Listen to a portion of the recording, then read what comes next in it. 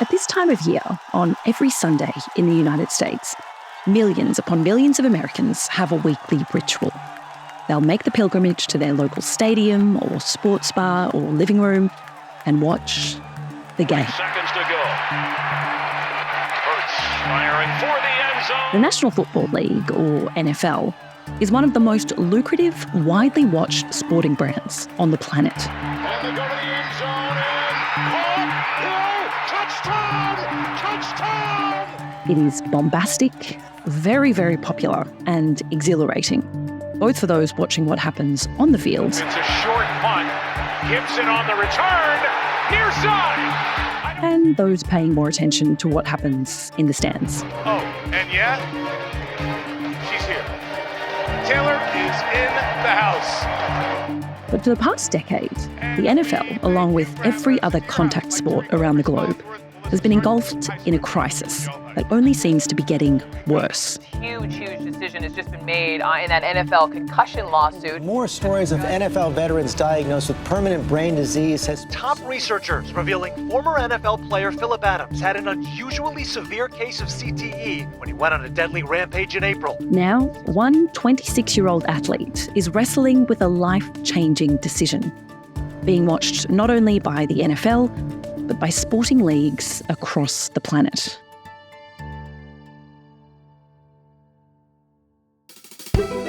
I'm Emma Hoy, and this is Leave It to the Experts. Let's start in January 2018, deep into a rare second overtime in the final game of the NCAA's college football season. The University of Alabama's 20-year-old freshman quarterback steps up in front of 77,000 fans. Tagovailoa trying to make up for it. Fires to the end zone. Touchdown! Alabama wins! Tua Tagovailoa etches his name into sporting folklore, dominating the next season. His team came just one win short of back-to-back national championships. Tagovailoa looking to his left. Looped deep in the end zone. Jump ball. Touchdown! Then, Tua's career came to a screeching halt. He's down. And Tua's down. His helmet came off. In one single play, he dislocates his hip, fractures his nose, and suffers a concussion.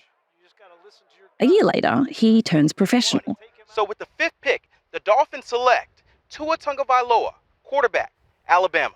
NFL quarterbacks are the princes of US sport, carrying the weight of their team and their city on their shoulders. These mega sporting brands, known the world over, build entire franchises around this single position. And at Miami, Tua's first 2 seasons in the NFL were bumpy. But in 2022, it all began to turn around. Tagovailoa. Blocked by Armstead. Tua into the end zone. Caught for the touchdown! At just 24, Tagovailoa's star was rising fast. But then the millions who had followed his career since college saw an uncomfortable, all too familiar sight. Tagovailoa suffered some type of an injury on this play. Tua is hit hard. He stumbles backwards, his head bounces off the turf. After scrambling to his feet, he can only muster a few steps before his knee buckles and he collapses. It takes 2 of his teammates to restrain him from going back on to play. And about 30 minutes later, he's back on the field, playing out the game in obvious discomfort. He is in pain and his movement is clearly limited, but still, he guides his team to a narrow 2-point win. Forced to undergo assessment by a neurologist to ensure he was not concussed, he's cleared to play with what the team calls a back injury. His coach, Mike McDaniel, defended the decision. Trying to talk to him through the lens of, hey, is there something wrong with your head? And no, I'm fine. And it was something that we wouldn't have moved forward in the direction we did had there been any sort of red flags. But then, Tagovailoa was leveled again. Tua rolling left with the grain, and down he goes. This time by opponent Josh Tupua, a man mountain at 191 centimetres tall, weighing in at 160 kilograms. As he buckles under the tackle, Tua's arms go into the fencing position, a reflex in which the arms extend and the fingers curl, which only happens after a significant brain injury. Many begin to question whether Tagovailoa could ever play again. Dr. Bennett Omalu, the neuropathologist portrayed by Will Smith in the football film Concussion, urges him to walk away. I'll tell him, Tua, my brother, I love you. Stop playing. But just 24 days later, with his team losing all 3 games since his injury, Tagovailoa returns to the field to save a season slipping away. Where are you on the Dolphins' offense? Thinking they could rip through the playoffs and very easily get to the Super Bowl if they stay healthy. Soon after his return, Tua comes up against the legendary Aaron Rodgers and his Green Bay Packers. Late in the game, with his Dolphins tied, something strange happens. Tagovailoa. That one's picked! The opposition intercepted a Tagovailoa pass. See, that had only happened 4 times from 375 passes all season. But then, he does it again on his next 2 passes. The 30. 2nd and 13. That's picked off by Devondre Campbell. The day after the game, it becomes clear what has happened. That Dolphins head coach Mike McDaniel told reporters that QB Tua Tagovailoa did in fact suffer a concussion Sunday, and the Dolphins' season was over. After a concussion-free 2023, Tua took the Dolphins to the playoffs, was selected for the NFL's All-Star Game, and began the 2024 season with a fresh contract. All right, Laura, the deal that the Miami Dolphins and Tua Tagovailoa have been trying to work out has been agreed to. A 4-year, $212.4 million extension. So why are we talking about this right now? Why is Tua Tagovailoa, now 26 and a father of 2, one of the biggest stories in the NFL? And why does every sports league need to watch this situation? And concern is growing over Dolphins quarterback Tua Tagovailoa after he suffered another concussion on the field. In the third quarter of the Miami Dolphins game against the Buffalo Bills on September 12th, 2024, the star quarterback collided with Damar Hamlin. Once again, his arm extended and his fingers curled in the fencing position. And his career now sits at a crossroads. Miami Dolphins star quarterback Tua Tagovailoa is on the injured reserve after suffering the 3rd confirmed concussion of his career. Tua is out indefinitely while being evaluated for head trauma following his 4th official concussion playing football since 2019. Manti Te'o, former player and a close friend of the Dolphins quarterback, choked back tears discussing the situation on TV. That when I saw him have to be carted off the field, yeah, I wanted him to walk. That was hard, bro. But the man in the middle of the situation seems hell-bent on returning. My understanding is that Tua Tagovailoa has no plans to retire. Tua hasn't spoken publicly since his most recent concussion, but last year gave the world a glimpse into his mindset. Yeah, I think I considered it for a time, having sat down with my family. The team doctor or NFL neurologist refuses to medically clear Tagovailoa. His career will be over, and he'll be paid out the remainder of the $212 million contract he signed in July. But if he is medically cleared, the Dolphins star must either put the helmet back on and return, or forego over $100 million in earnings. It is world-changing money, generational wealth for decades to come. But as NFL legend Shannon Sharpe cautioned, it is not the be-all and end-all. What good is $200 million if you can't recognize your family? Mm-hmm. What good is $200 million if you don't know who and where you are? What good is $200 million if you can't play with your kids? What good is that? The financial implications of his situation extend far beyond the quarterback. Top-flight sport is a big business. The higher you get, the more the line blurs between the athlete and the asset. The Miami Dolphins are valued at $6.2 billion. The correlation is clear. The teams that win are the most valuable, and the teams that win are those with good quarterbacks. Tua Tagovailoa is a dynamic player, and perhaps the best Dolphins quarterback since the legendary Dan Marino. We are seeing another spectacular effort by Marino, who fires. Touchdown! At 26, he remains one of the 10 youngest starting quarterbacks in the NFL. But if Tagovailoa's career is over, the Dolphins would likely plummet back into football irrelevance. Quarterback is the hardest position to replace. Coaches and general managers will have their livelihoods effectively tied to their man. Win and the glory is yours, lose and you're out of a job. There's no doubt that Dolphins coach Mike McDaniel cares deeply about his players. My thought was concern, and I was just worried about my guys. So, yeah, not something that you ever want to be a part of. You know, you hope not to. But the rigours of professional sports puts an unconscionable tension on coaches and management. They're asked to be the guardians of young people placed in incredibly vulnerable positions, newfound wealth, fame and scrutiny on a scale most ordinary people will never know. On the other hand, they're employees of companies that trade in trophies. Seasons can be made or ended in the margins, with one errant kick, one rolled ankle, one lucky shot. Clubs operate ruthlessly in pursuit of being the sole survivor at the end of a brutal season. Coaches, like Mike McDaniel, are every bit as competitive as their players. We ain't celebrating yet. You want to talk about some grown-ass men going to war? McDaniel has never tasted Super Bowl glory, the peak of the sport. And the owner of the Dolphins since 2008, Stephen Ross, has never seen the team progress out of the first round of the playoffs. It is impossible for people in those situations to be completely unbiased about the decisions made respecting their careers. Even if figures like McDaniel and Ross push Tagovailoa to walk away and preserve his future health, they'll be doing so despite the significant factors compelling them to encourage the opposite. All it takes is a coach or an owner blinded by their instinct to win to push a vulnerable young athlete into a life-altering decision. This is about a guy whose body isn't built for football. That's all this is. Chronic traumatic encephalopathy is a progressive degenerative brain disease, more commonly known as CTE. The symptoms are varied and unpleasant. Memory loss, confusion, impaired judgment, impulse control problems, aggression, depression, suicidal notions, and progressive dementia, among others. CTE develops in the brain after repeated impacts to the head, and it can only be diagnosed after death.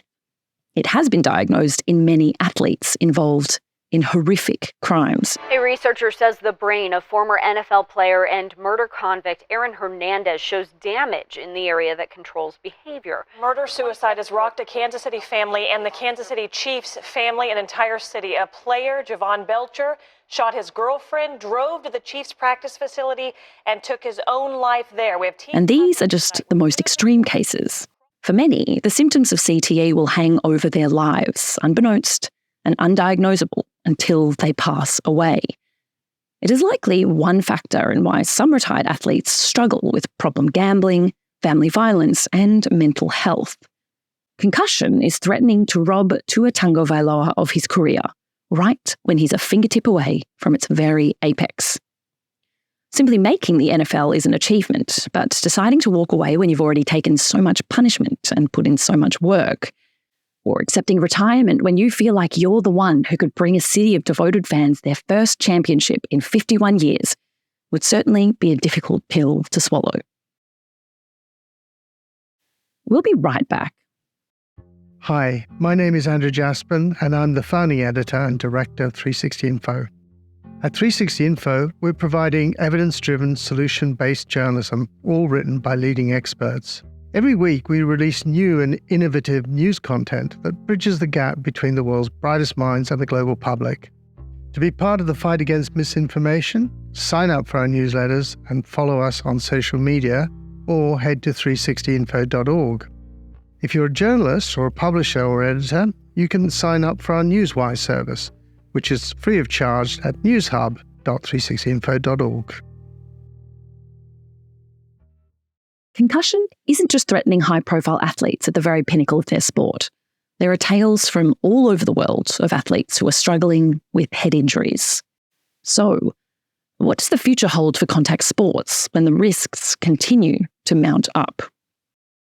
Let's bring in our experts, neuroscientist Professor J Pearce from Swinburne University and Dr. Stephen Townsend, lecturer in sports sociocultural studies at the University of Queensland. So, Professor Pearce, let's start with you. A case study that might help our audience understand the real medical ramifications of concussion and brain injuries like this. Tua Tagovailoa, a 26-year-old NFL quarterback, has officially sustained 4 concussions since his college career began. When he suffered his latest concussion, we saw his body respond in a really extreme way where his arms extended and his fingers curled up. So could you explain what's happening to the brain and the body in that moment and why it's reacting like that? Yeah, so talking about Tua, this is probably not the first time he's actually shown that response, and the technical term is tonic posturing, but otherwise known as the fencing pose. And what we know from this is it's a form of a sort of a benign seizure. So it's where you have the outer part of the brain, which is the cerebral cortex, and it's sort of sitting over the top of the spinal cord, which is called the brainstem. And what we know is that with these sort of situations, there is sort of overexcitement or a seizure in that brainstem that causes this particular reflex. So it looks quite confronting, but it's actually not a overly serious sign of anything long term. It's just that it's essentially a sign of concussion, and we need to make sure that they're properly rested, of course, but it's not a epileptic seizure as such. Right. This wasn't Tua's first concussion. He's officially sustained 4 since his college career began. So from a medical perspective, how concerned are you about his long-term health? Well, we know that, multiple concussions can impact on cognitive impairments later in life, and there's been some recent sort of epidemiological studies to sort of show that. But at the same time, there's been some the science has not been yet settled, put it that way. And we've just had a recent study showing that if you play sports and you've had one concussion, you actually seem to improve on some of these cognitive outcomes, which is confusing to all of us. So, we really need to be, looking at this data a little bit more. However, in those that have been sustaining multiple concussions, it certainly has impacted on their cognitive performance and their cognitive health, like memory and concentration and focusing and other behavioural aspects as well, for irritability and brain fog and cognitive fatigue. So, we do need to take every concussion seriously, and every concussion is essentially a brain injury, and we can't downplay that at all. Right. So given that, as you said, the research is still coming in on this issue, but I think it seems pretty conclusive now that repeated concussions sustained over many years are going to have negative ramifications. So should we even be playing contact sports? Yeah, I think we stood still. Yeah. Let's just tease this out a little bit though. So there is there's this conflation of concussion injury with this risk of what we're talking about with chronic traumatic encephalopathy, or CTE. Now, the issue around CTE is that it's not related to concussion injury, and this is one of the big things that's getting confused in the wider community, that when we have an individual or a player, revealing their issues that are probably, dementia or CTE related, everyone starts to go back to concussion and talking about concussion. And, they're actually, the recent research is showing that there is no correlation between concussion and CTE risk. But in saying that, people are getting concussed in non-sporting environments too. Kids get concussed in the playground, and we certainly don't want to see kids not playing, in the playground at school or after school or on weekends. We don't want to become wrapping kids up in cotton wool. What we're saying is that we need two things. One is manage concussions properly, rather than just traditionally sending them back out saying, "Oh, you're fine, don't worry about it." Or players just sort of saying, "Oh, I don't want to be seen as weak, and I'll just continue to, hide my symptoms." But secondly, we can make sports safer, and we can certainly graduate the amount of contact that is played in sport so that we have a a reasonable amount of contact, so that if there is an incidental concussion, we can manage that. But we're not allowing kids in particular to have, a hazardous amount of repeated impacts in the hundreds before their mid-teens, for example. So that's the sort of conversation that we want to have. Right. So we don't want to stop sport altogether, but we do need to be doing our best to make it as safe as possible for players. I think that turning to Dr. Townsend, that there's certainly concepts of masculinity and toughness wrapped up in a lot of these professional contact sports. So how many of these cultural issues and concussion issues are tied to these sort of cultural notions of masculinity and playing through even when you should perhaps be taking a rest for your brain health? It's a really good point. And a lot of the issues that we see with concussion are issues with sport and risk cultures more broadly. Concussion's a really interesting issue because it helps us to get a grip with a lot of the sociocultural issues that we see in sport, sporting injuries of all types. Concussion's particularly potent because its consequences can be significant. And Professor Pearce has hit on a really important point here, is distinguishing between concussion and repeated brain trauma, in that the threshold for someone to get long-term neurodegenerative diseases varies from person to person. It varies from groups to groups. But what we're talking about is not necessarily that if you get one concussion, that you are guaranteed to get something like chronic traumatic encephalopathy. But what we do see in the scientific literature is that there is a certain threshold that some people will reach of repeated brain trauma, and that may be something that's classified as a concussion, and it may not be, that will lead then to longer-term neurodegenerative diseases like CTE. And what that indicates is that this is a systemic issue rather than an individual issue, because these injuries and these repeated injuries occur within systems that have for a really long time not valued player welfare, and they've prioritized performance above player welfare and above players' brain health. So there's individual choices that people make, and some of those are related to masculinity, some of those are related to class, some of those are related to race and ethnicity as well. So someone like Tua, who is from a Pacifica background, this is a traditionally disenfranchised group in Australia, but then also in the US as well. And lots of people of colour have seen contact sport as their way of gaining more social mobility. So someone playing the NFL is able to then get more money, more social financial capital for their family by being successful at a dangerous sport. And we see that with people of colour in the US. We see it with Aboriginal and Torres Strait Islander people in Australia as well. So there's issues of race, ethnicity, and masculinity and class that all tend to intersect. And these are issues not just for concussion, but for sports injuries and a whole range of other risk factors in sport more broadly. So concussion allows us a really potent window into seeing some of those issues. Do you think some of those financial and cultural incentives that you've just outlined, tied to these star players like Tua, like filling stadiums and selling merchandise, create an environment where they might feel pressured to return to the game too soon after a head injury? Yeah, there are absolutely pressures. And again, these pressures are put upon individuals, so individual players, but then also institutions as well. So the teams and the club doctors, this is why Professor Pearce and I have advocated for a long time for the introduction of independent doctors. So like what we see in the National Rugby League in Australia with having a doctor in the bunker, and we know that's been controversial. We know that lots of NRL fans don't like this. They hate seeing a player get dragged off a field by a disembodied voice in a bunker outside the stadium. It's understandable as to why that would be controversial.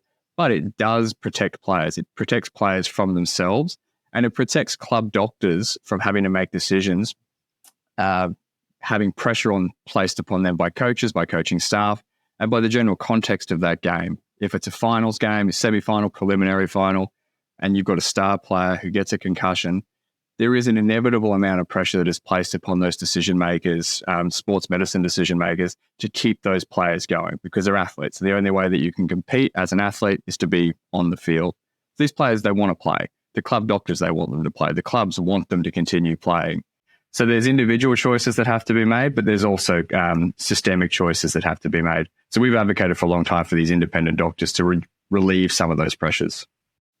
I think also just to add onto that is the fact that if someone, an athlete does a hamstring, you can clearly see that they're hobbling, or they've done their knee, or they're dislocated. It's a broken bone. It's very obvious, and people can kind of go, okay, yeah, appreciate that. But concussion in particular is a silent injury, so we don't necessarily see what's happening inside the skull, and people think, oh, what's wrong with them? They're fine. There's staggering a bit, but that's that's fine. They're a bit tired, so it sort of adds an extra dimension with concussion and brain injury as opposed to, say, musculoskeletal injuries. Yeah, of course. And as we've seen over recent years, there's been some really notable class actions that have taken place with former NFL players over in America, and also some former AFL players here in Australia, bringing class actions against their professional leagues, claiming that they were not made fully aware of the risks. Do you think that these leagues have a responsibility to some of these players that have come in previous times where they might not have been armed with the knowledge that they were risking their brains and their bodily well-being? It's a really difficult question to answer, actually. And there's limited information I can give you around some of this because I'm involved in some legal proceedings, so I have to be a little careful about what I can and can't say. There is certainly a perception that from both sporting leagues and health bodies in the 21st century, so from around 2004, 2005 onwards, and that corresponds with Bennett Amalu's diagnosis of CTE in Mike Webster, who's a former National Football League player in the US, that this was a turning point in concussion studies or concern around concussion, so the beginning of the concussion crisis. There's a sense that this is new, it was unexpected, and how could we have possibly seen this coming because we didn't know beforehand? And what some of my research and some of my fellow historians are beginning to reveal is that this has been an issue for a really long time. Concussion, humans have always got concussions, they've always got brain trauma. Our brains have not changed markedly, well, they haven't changed at all since we've been Homo sapiens sapiens. We are prone to damaging our brains. They're the most important and correspondingly the most fragile organ in our body. And when they're shaken, they sustain damage. That's always happened. So the brain hasn't changed, but we've only really been playing the types of sport that we recognise as sport currently for around 150 to 200 years. These Western European-style football high-contact games that are really popular in Australia and in the US. So the idea that concussion in contact sport has only become a problem and that we've only known about concussion as being a potentially injurious happening over the last 20 years is laughable. However, what we also do need to be careful about is how much scientific information and how much rigorous scientific research sports medicine folk, sporting leagues, athletes, parents, and administrators actually had access to it at certain points. So in terms of their duty of care for looking after athletes, it's really on a case-by-case basis. So we need to look individually at sporting leagues, at individual cases as well, and not make blanket statements. So certainly there are situations in Australia, in the US, in the UK, and we've seen in these class actions, which have been actually, where the decision has gone against the sporting leagues, where courts and experts have found that, yes, these sporting leagues should have done more to protect their players because they did have access to scientific information. They were told that this was dangerous and they should have done more. But there are also certainly cases in all those jurisdictions where it would not be reasonable for some of these sports medicine folk and the coaches and the league's administrators to have known what was going to happen long term to these athletes' brains. So it's on a case-by-case basis. So both of you have raised some changes that you would like to see to make these contact sports safer. So we've got the idea that we should have an independent doctor on field at all times. What other changes would you like to see to make contact sports safer for players going forward? Well, I guess for me, there's two things here. If we look at the concussion issue, I'm still quite perplexed around the difference or the disparity in how long a player should be rested. We see differences between sports. We see, in some sports, they don't even have they're not even taking the recommendations from the Australian Sports Commission on 21 days. So, talking to a few sports at the moment to try and get them to implement that as a mandated policy rather than as a recommendation. We see differences in the number of days between sports. So despite the apparent, using the same evidence and the science, we have one sport with 11 days and another sport with 12 days. So, and with the sport with 11 days, they have categories 1, 2, and possibly 3. So, it's the disparity is quite confusing. So on that side, I think, we need to address a bit more of a systematic approach. On the chronic traumatic encephalopathy side, a lot of us around the world have been advocating for no or limited contact for children up to the age of 14 years of age. What we're seeing with the evidence for the pathology of CTE is that it's an exposure risk. A lot of the cases that we are presenting at the Australian Sports Brain Bank and over at Boston, for example, players started at 5 or 6 years of age with full contact, playing the full adult version of the sport. So if we can at least take it to 14 years of age, that potentially reduces about 8 years of exposure risk. So we're trying to reduce that, as well as reducing the amount of physical contact at training. So we can monitor that. We can, rather than just training in the old traditional way of smashing each other, reducing that, just trying to take out a number of the risks. Yeah, I'd agree with Alan. And from a sociocultural, historical perspective, all sports are pretty conservative institutions. They take a long time to change, and particularly a long time to enact cultural change. We've seen this across issues with LGBTQI folk. We've seen it in issues around Aboriginal and Torres Strait Islander folk in the Australian context. And concussion's another example of a problem in sport that's taking a long time to enact cultural change. So we've got lots of information, I would say, from professional leagues down to recreational leagues that parents, players have access to, and they are aware that concussion and repetitive head trauma can cause long-term and short-term damage to the brain. I don't think there's too much doubt out there that is the case. There's different levels of understanding, certainly, but there is certainly an understanding in Australia that brain trauma is bad for the brain, and particularly repetitive brain trauma. I think what we need to do now is start filtering through some of the sociocultural understandings about why we continue to hit our heads against each other. What does this actually say about individuals, and what does this say about us as a society, that we valorize hard contact, that we valorize violence, we valorize this idea of playing through pain, of downplaying symptoms, and start to challenge some of those notions. So as Professor Pearce has said, we don't necessarily want contact sport to stop. I play contact sport, have played contact sport since I was a kid. I have received both benefits and negative consequences from playing contact sport, so it's a complex issue.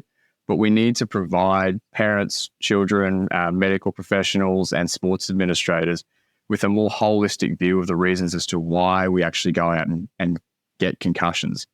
And it brings us into this kind of axiological problem where there's a cost-benefit analysis.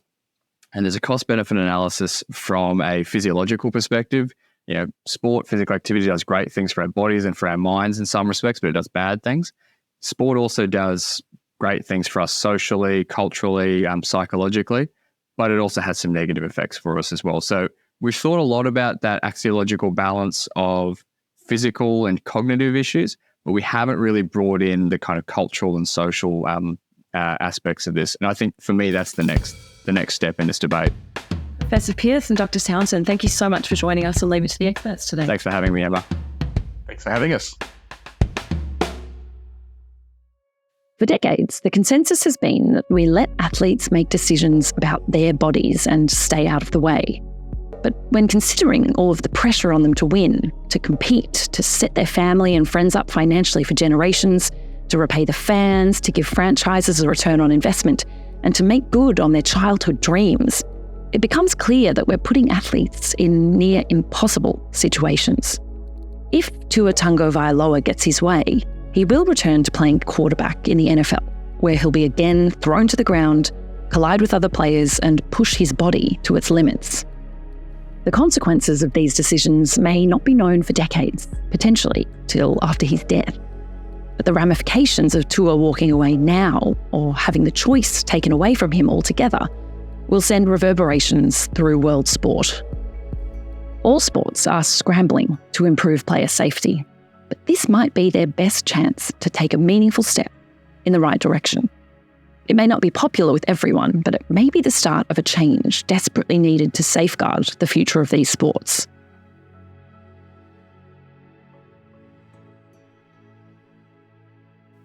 That's it for this episode of Leave It to the Experts. For more, head to 360info.org. You can sign up for our newsletters and newswire for journalists and understand our work to fight against misinformation with university experts worldwide. This episode of Leave It to the Experts was produced by Michael Joyner, Reese Hooker and Lachlan Caselli. Music by Jan Skubaszewski at Red Moon Studios. I'm your host, Emma Hoy, and I'll see you next time.